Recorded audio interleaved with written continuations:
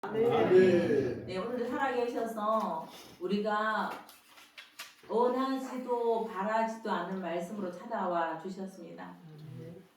그것이 우리가 문제 앞에 소경처럼 살아가던 우리들을 오늘 불러주셔서 소경의 눈을 뜨게 하시고 영의 눈을 뜨게 하시고 어둠에서 해방되는 우리의 마음을 주님 보시기를 원하십니다.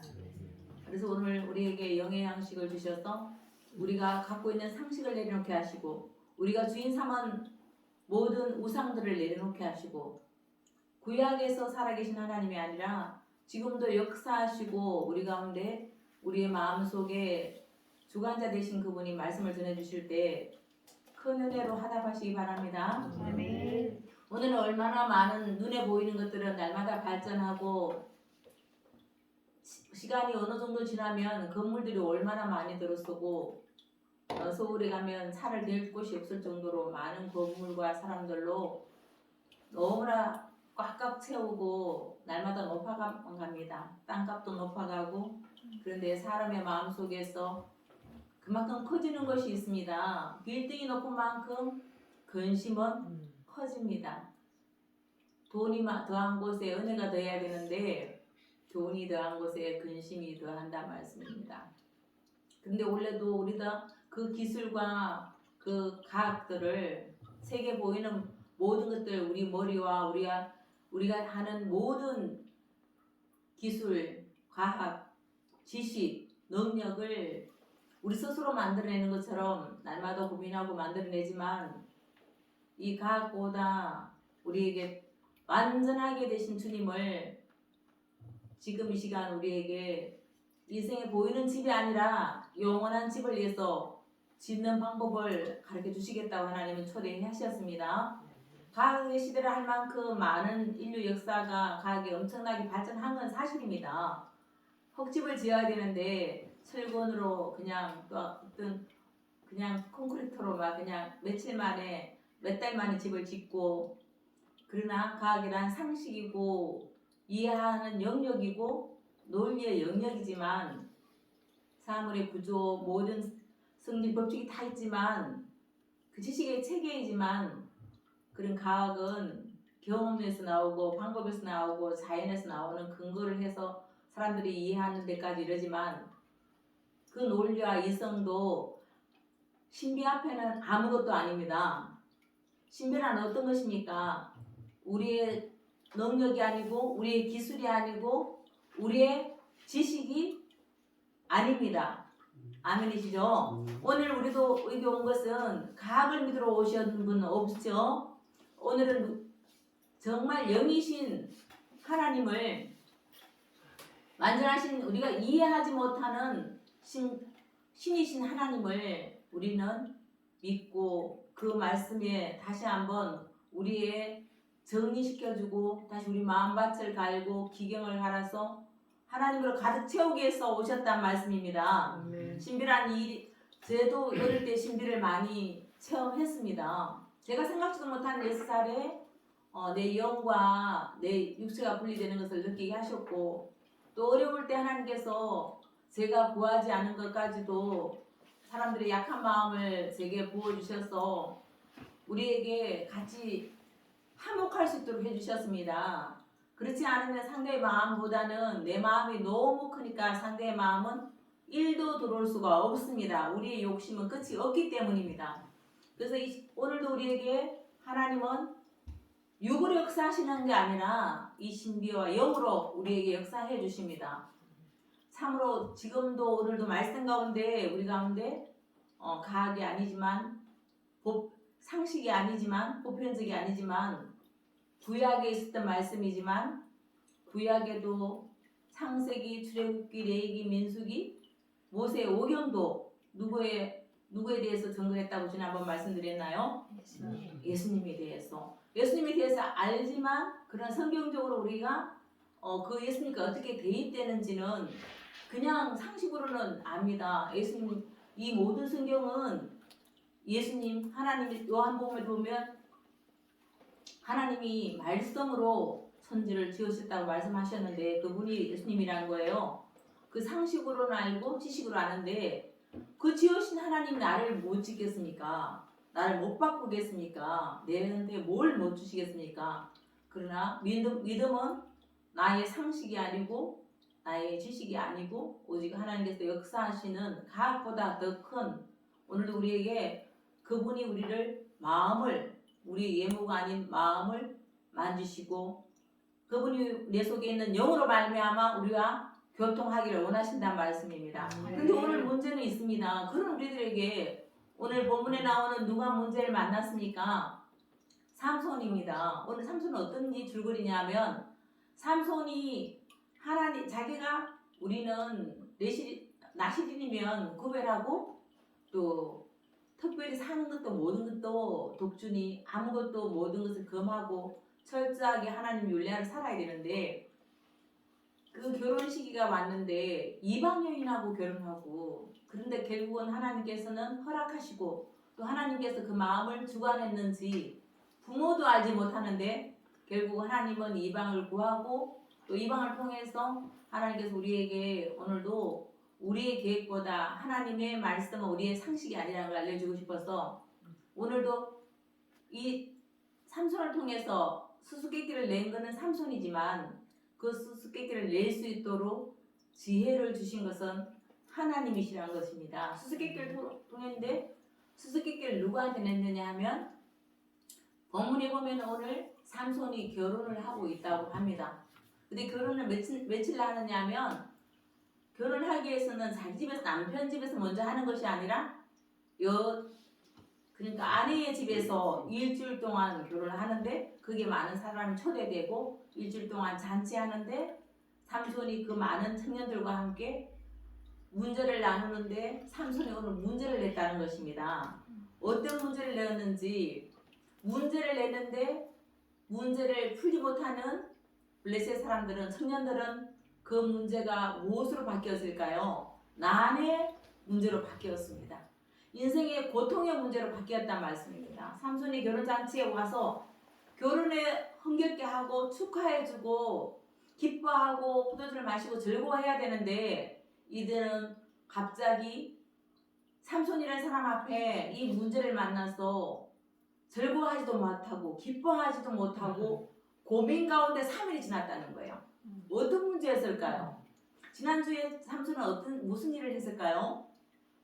여기 하나님 영에 이끌려서 젊은 사자 삼손은 우리가 생각하는 우람한 체격 그런 것이 아니라 오직 하나님 영에 이끌려서 가장 힘센 이 세상에서 가장 힘센 것이 사자죠. 아니 지금은 그거 아니지만 그 당시로는 가장 두려워할 수밖에 없는 것이 사자였습니다. 그 사자를 총으로 그 무기를 연마해서 하는 것이 아니라 왼손으로 사자를 잡고 그리고 그 사자가 죽었는데 사자한테 이겼는데 지금 며칠 전에 가니까 그 사자에 뭐가 있었다고 말해줬나요? 네, 꿀이 있었어요. 그게 흔한 일은 아닙니다. 꿀은 보통 어디에 있어요? 네, 꽃이나 이런 데 꿀이 있는데 벌이 그렇게 꽃을 열심히 이렇게 수정해서 가서 모으는데 오늘 꿀이 있은 곳은 어디였어요? 지난주에 있었던 것은? 사자한테. 근데 가끔은 그런 것이 있대요. 사자가 이렇게 죽은 짐승이 바짝 마르면 그런다 그게 보기가 거의 보는 사람들이 없다는 것이죠. 그런 가운데 이 삼손이 그 사자에 있는 꿀을 떠서 먹고 부모에게도 갖다 주고 근데 그 수수께끼가 그렇게 삼손이 친구들과 이렇게 모든 한 것이 인생의 쓴맛을 단맛을 바꾸는 그런 주님이었는데 오늘은 삼손이 또 무엇을 가지고 문제를 내느냐 하면 근데 이런 하찮은 꿀 얘기를 성경에서 할 필요가 있을까요 없을까요? 없습니다. 그런데 하는 데는 이유가 있다고 말씀을 드렸습니다. 이 사사로운 꿀을 얘기하고 싶은 것이 아니라 힘센 사자를 얘기하고 싶은 것이 아니라 근육 좋은 삼손을 얘기하고 싶은 것이 아니라 삼손의 인생 가운데 나라를 위해서 예수님이 그렇게 오실 것이고 아내를 우리가 친구들을 위해서 그렇게 목숨을 내놓을 것이고 그리고 오늘도 그 잔치하는 가운데 그 블레셋 사람들이 30명의 청년들이 왔는데 그 중에는 똑똑한 사람도 있고 지혜로운 사람도 있고 힘센 사람도 있고 이런 수수께끼 잘 푸는 사람도 있습니다. 몇 명이기 때문에 30명이기 때문에 브레셀 청년 30명이 와서 수수께끼를 내는데 풀지 못했다고 하는데 어떤 문제를 내었을까요? 14절에 보면 삼손이 그들에게 이르되 먹는 자에게는 먹는 것이 나오고 강한 자에게서 단 것이 나왔느니라 한 말씀입니다. 우리가 알 수 있는 것은 강한 자에게서 단 것이 나온 거는 이해하죠? 무엇이었어요? 사자한테 뭐가 나왔어요? 꿀이 나왔어요. 그런데 그들이 먹는 자에게 먹는다 이거는 어쨌든 안의 구절이라고 볼 수 있습니다. 그러나 동격으로 결국은 사자를 통해서 먹는 것이 되고 또 그것에 단 것이 된다고 말씀해 주시는 것입니다. 그러나 이 단 것이 주어가 아닙니다. 이 꿀이 주어가 아닙니다 말입니다. 이 문제를 낸 것은 우리가 이 문제를 통해서 목사님 왔다 갔다 한다 생각하지만 이 문제를 통해서 우리 인생은 이렇게 아무리 똑똑해도 30명이 돼도 문제 하나는 풀 수 있다 없다? 없다. 이 문제를 못 풀게 되면 그들이 받는 상금이 지금의 1억 상당의 금액이었어요. 그도 몇 벌? 30벌. 소금 몇 벌? 30벌. 이거는 그때는 당신은 옷이 너무 그저 흔하지 않죠? 이렇게 이 비싼 그 돈을 삼손은 어찌하려고 30명한테 다 주겠다. 그죠? 30벌을 주겠다. 그럼 한 벌씩 다 주겠다는 거 아니에요. 소금과 겉옷을. 그랬는데 이 사람들이 3일이 지나도 전전긍긍하면서 이 문제를 풀어내지 못하고 있습니다. 소를 얘를 태우고 밤낮을 술 맛이 안 난다 말씀입니다. 잔치 맛이 안 나고 지금 이 문제에 붙들려 있습니다. 오늘 우리도 문제에 붙들려 있다고 하신 분도 있습니다. 우리 중에는 개중에는 거의가 문제 없을 수는 없습니다. 작은 문제도 내 마음이 어려울 때는 작은 문제가 되지 않습니다. 큰 문제도 하나님 힘주시면 문제가 안 되는데 우리는 문제를 묵상하게 되면 문제가 된단 말씀입니다. 더 집중하고 되면 그게 집채만해진단 말입니다. 문제가 사실은 한 걸음 내다보면 모든 계획하는 것은 우리가 계획 열심히 잘하지만 그 경영을 이루시는 분은 잠언 16장 9절에 누구십니까? 하나님이십니다. 근데 세상의 지식이 너무나 95% 가득하기 때문에 우리는 언제나 가장 문제를 만나면 지식 앞으로 먼저 갑니다. 내가 해결할 것은 주님 앞에 구하지 않습니다. 그리고 해결하지 못할 것도 끝까지 그 문제에 매달립니다. 그런 우리에게 미련한 우리들에게 오늘도 주님은 자유케 진리 되신 주님으로 자유케 해주시기 위해서 이 수수께끼 앞에서 난감한 이들의 문제를 우리 인생의 문제라고 보여주시고 결국은 인생의 아주 힘센 자도 결국은 우리 하나님의 사자지만 하나님 앞에는 꼼짝을 못하는 하나님 영임하면 그거는 한 손이 아니라 손가락 하나라도 되는 것입니다. 그러나 오늘 우리에게 이 수수께끼를 우리 사는 게 수수께끼입니다. 사실은요. 내일을 알면 수수께끼가 아니죠. 내일을 알지 못하는 게 수수께끼인 줄 알고 오늘도 하나님께서 우리에게 지혜를 솔로몬에게 줬던 지혜를 삼손에게 줬고 그래서 하나님이 인간을 창조하실 때도 인간을 하나님이 해야 할 통치와 지배를 다스리는 영역을 인간에게 이임시켜줬는데 아담은 하나님이 할 수 있는 다스리고 지배하는 것을 영역에 올라서게 되고 지혜가 있으니까 지혜를 가지고 싶었고 그저 내 것으로 이임하는 것이 아니라 내가 주인처럼 지혜는 무엇입니까? 지혜의 왕은 누구시죠? 하나님이시죠. 예수님이시죠. 근데 내가 지혜자가 되고 싶은 게 우리의 지혜라고 나는 지혜 많다고 그렇게 인정받고 싶은 분도 계십니다. 그래서 누구 해결하면 너무 기분 좋고 그래서 인정의 욕구가 우리한테는 너무나 많이 있습니다. 그래서 많이 배우러 다니게 되고 많은 지식을 자랑하게 된다는 말씀입니다.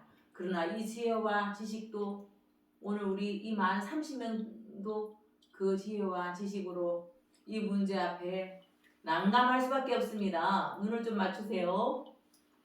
모든 것을 이해하고 다스리는 분은 모든 지혜는 하늘로부터 아담한테 내려왔지만 아담이 받은 지혜는 인간이 상상할 수 없을 정도로 그리고 인간은 그 지혜를 갖고 싶어서 아담이 가진 그 지혜를 갖고 싶고 솔로몬이 가진 그 지혜를 갖고 싶어서 오늘도 지혜를 줬는데 그 지혜로 잔머리가 되고 장개가 되어서 오히려 그 갖고 죄를 쾌락을 위해 지를 준 데가 너무나 많습니다. 가까운 사람을 속이게 되고 많은 사람들을 속이고 다 뺏어가기도 합니다.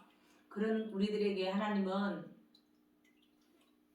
아담은 그 지혜의 근본이 누구라고요? 지혜의 근본이 하나님이신 것을 근본을 알지 못하고 우리는 원인을 찾지 못하고 내 죄의 원인을 찾지도 못하고 지혜의 근본은 잘 찾지 아니하고 내가 지혜자인 것처럼 이렇게 세상에서도 지혜를 구하기 위해서 생각해보니까 20년 이상 공부를 하더라고요.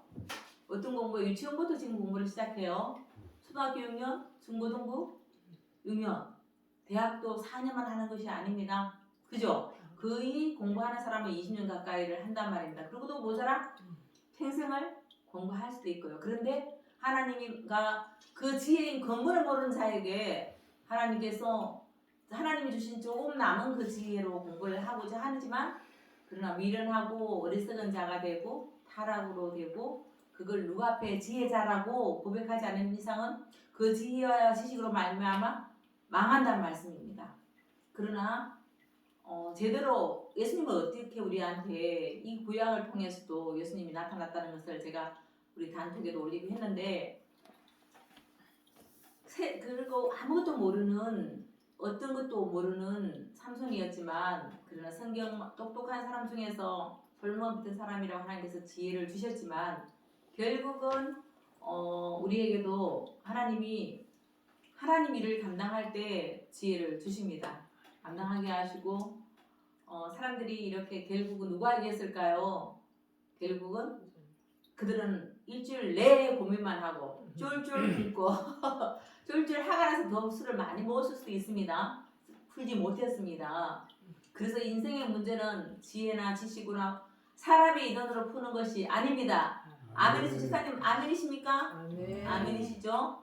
문제 앞에 잡히면 일주일이 가도 풀지 못하고요. 깊은 차원에서 주님을 만나게 되고 구약을 읽어도 예수님에 대해서 알지 못하게 되고 모세오경 읽어도 예수님 대해서 알지 못하고 그래서 결국은 예수님 찾아보지도 못하고 만나지도 못하지만 랍비들이 그렇게 예수님을 구하지 못하지만 결국 우리에게 요한복음 40절에도 보면 이렇게 믿는다고 많이 안다고 하지만 모세오경이 모르기 때문에 요한복음 5장 46절에 모세가 믿었더라면도 나를 믿었고 이는 그가 내게 대하여 기록했다 그랬어요. 모세가 누구에 대해서 기록했다고 말했습니까? 예수님에 대해서 기록했다는 거예요. 그래서 이 말이 무엇인가 하면 창세기 다 출애굽기, 레위기, 민수기, 신명기까지 모세가 기록했는데 결국은 창세기에서는 계시의 말씀이죠. 계시의 말씀이라고 계시는 아무나 열릴 수 있는 것이 아닙니다.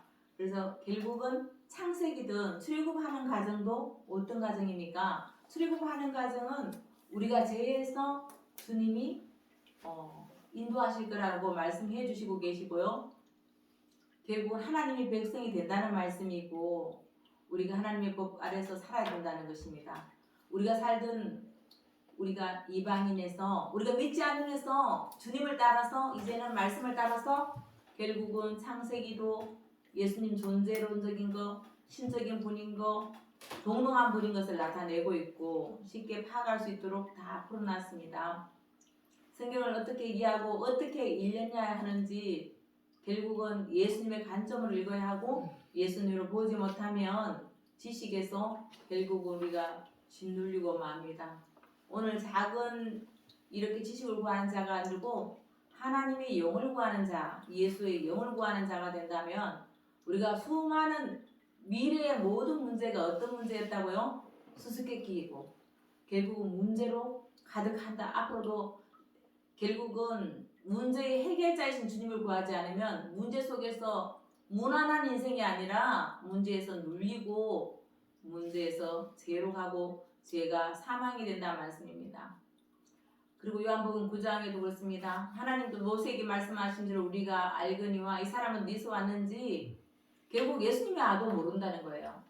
사람들이 그렇게 말씀을 공부한 랍비들이든 서기관이든 결국 제사장이라도 예수님이 왔는데도 지식으로는 예수님을 알 수가 없습니다. 그래서 결국 그들은 이 사람은 예수님이 왔는데 우리가 모세가 말한 듯이 모세의 오경을 받고 구약을 다 봐도 그렇게 예수님은 없다. 예수님은 예자도 없다. 그러니까 우리가 어디서 왔는지 모른다. 이 사람은 하나님이 아니다. 이렇게 하나님 예수님을 부인하고 그들은 범죄하게 됩니다. 모욕적인 예수님에 대한 모욕적인 발언을 하게 된답니다. 그래서 사람들은 신약에서 예수님은 모든 사람들한테 어떤 자로 보였을까요?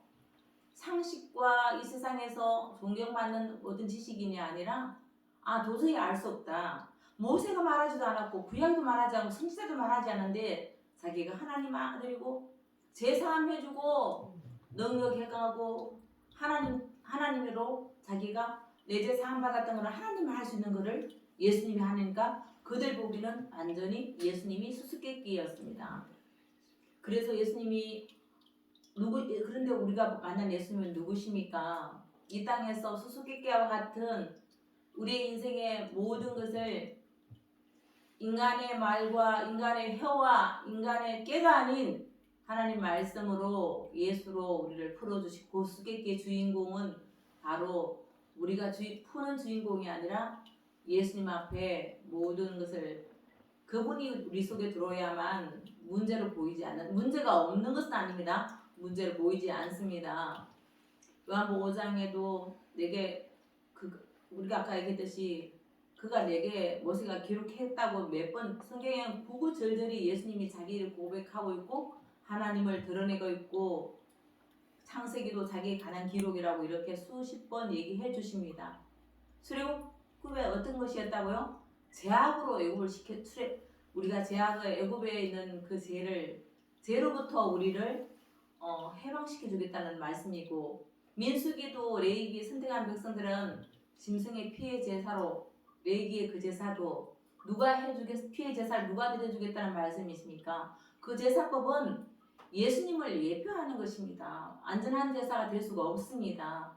그래서 레위기 민수기도 결국은 예수님의 피, 그리스도의 살을 말씀해 주고 계시고요.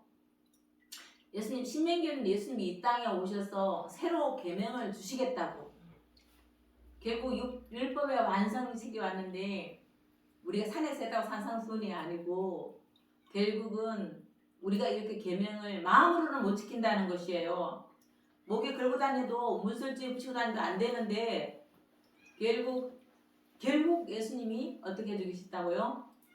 깊은 곳에서 우리에게 우리 마음속에 있는 죄까지도 예수님이 서로 뭐 하라는 아멘하는 거에 밖에는 새로운 계명을 주시겠다고 말씀하십니다.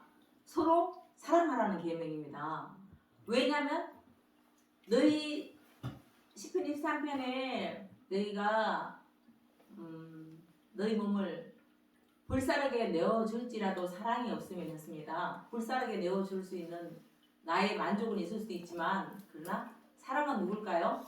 예수님이 없으면 소리나는 꽹과리고 그래서 우리에게 새로운 계명이 누구죠? 예수님입니다. 서로 사랑하는 계명입니다. 이웃이 바로 연약한 자가 바로 나라는 것입니다. 그래서 모든 구약을 봐도 예수님의 관점으로 본다면 이 땅에 와서 예수님은 자신의 가난 부분을 통해서 하나님이 일을 끊임없이 하나님이 보내셨고 하나님 일을 이루시는 거라고 수없이 말씀해 주셨습니다.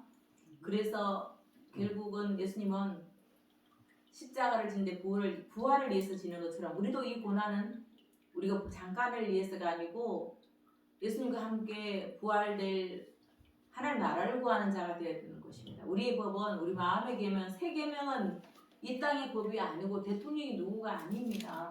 그러나 이 땅에서 많은 사람들이 죽어가는 사람들이 내가 받은 이 기쁨을 전하는 것은 우리의 사역입니다. 사명입니다. 그러나 결국은 우리에게 주신 사명은 죽도록 충성하라. 왜 생명을 위해서는 뭐 해야 된다고요?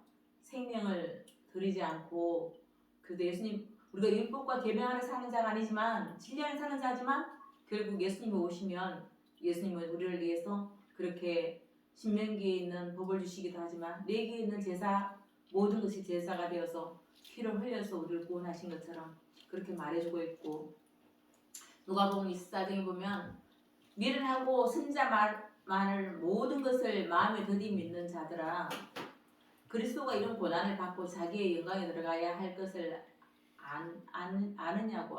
그런데 고난을 받아야 한다고 했는데도 모세와 모든 선지자가 글로 시작해서 모든 성경에 그 쓴 바 자기에 관한 것을 자세히 설명하는데도 제자들까지도 예수님을 그렇게 믿고 따르지는 못했다는 말씀입니다.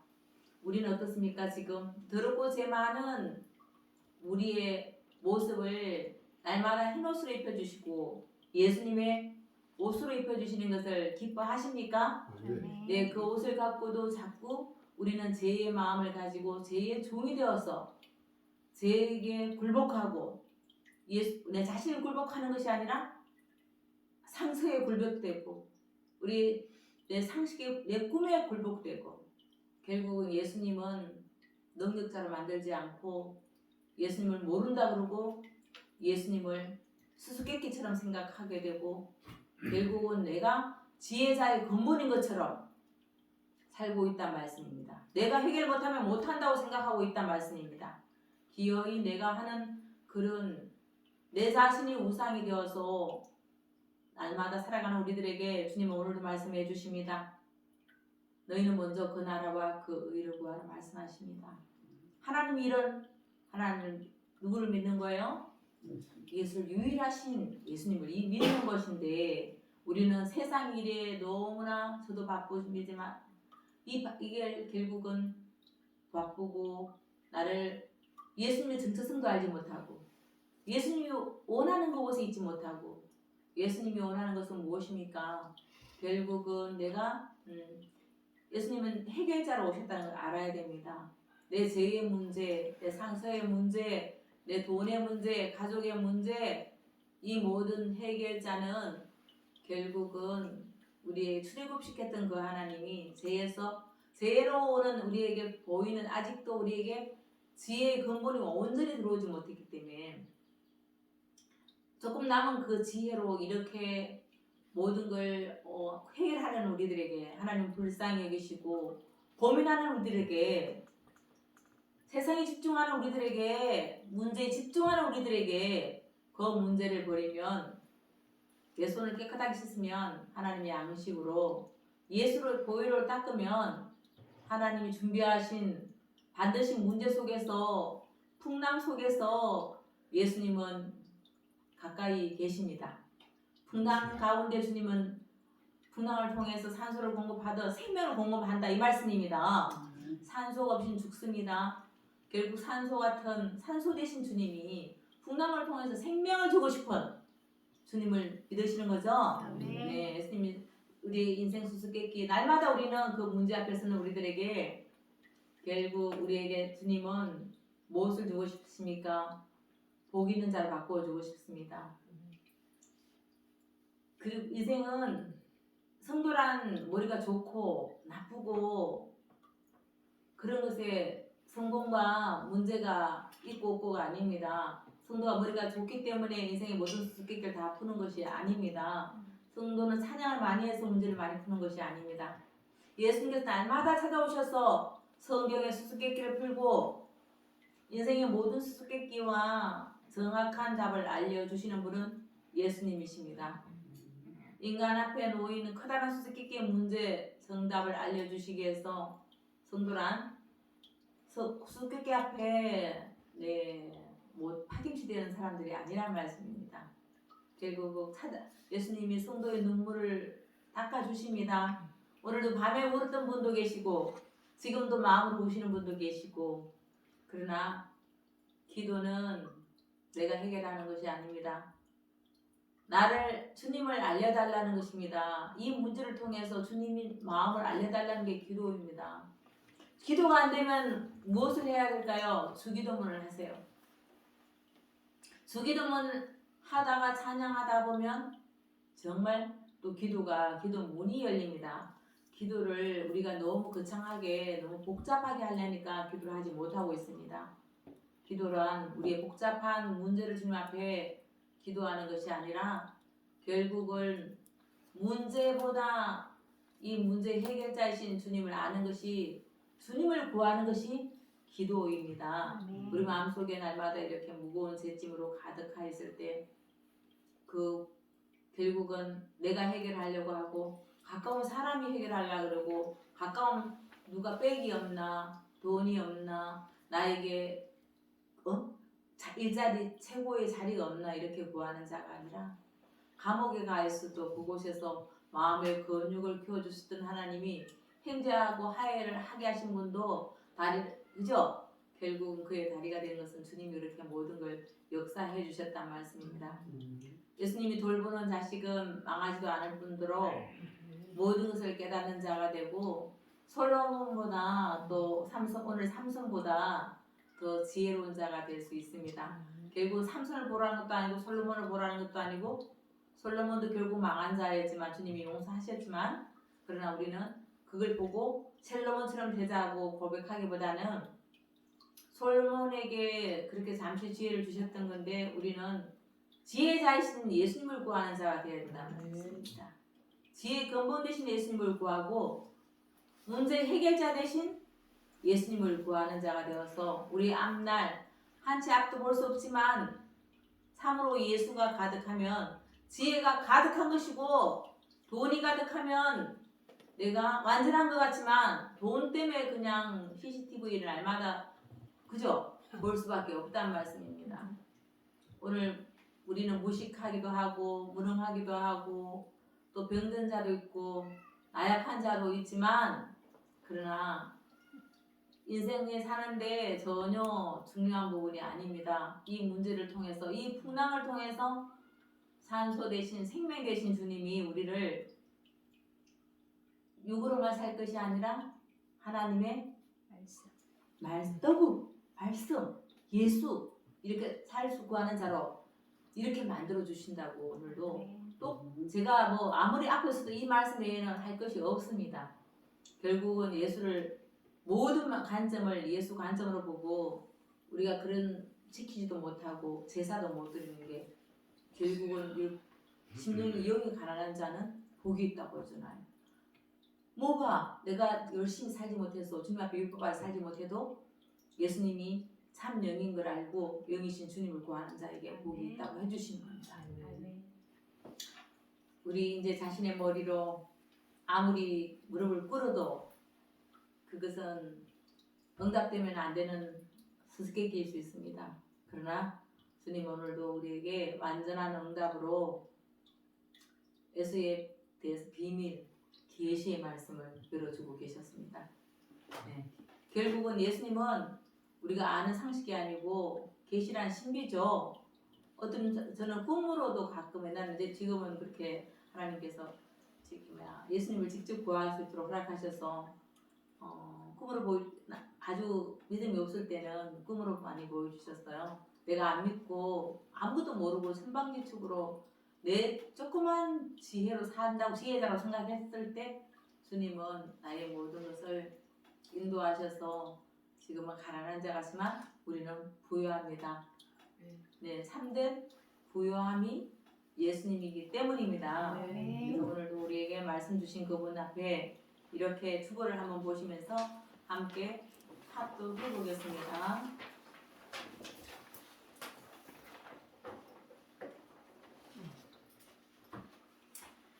주보 오른쪽 뒤쪽 밑에 있습니다. 시작. 사람이 분명한 문제에서 문제로 살고 해결자는 예수님께 맡기면 완전한 지혜로 응답하신다. 아멘.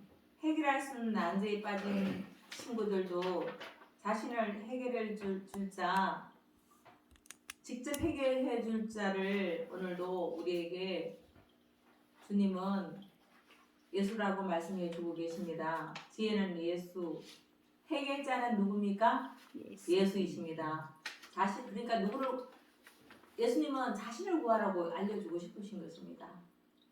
오늘도 나 자신을 구하는 자가 아니라 예수님 자신을 구하라고 자신을 주시기 위해서 누구를 주시기 위해서? 예수님 자신을 주시고 싶은 것입니다. 우리는 문제를 해결해달라 하지만 결국은 예수님은 자기 자신을 주고 싶으십니다. 그리고 예수님 자신을 구하기를 원하십니다. 아멘이시죠?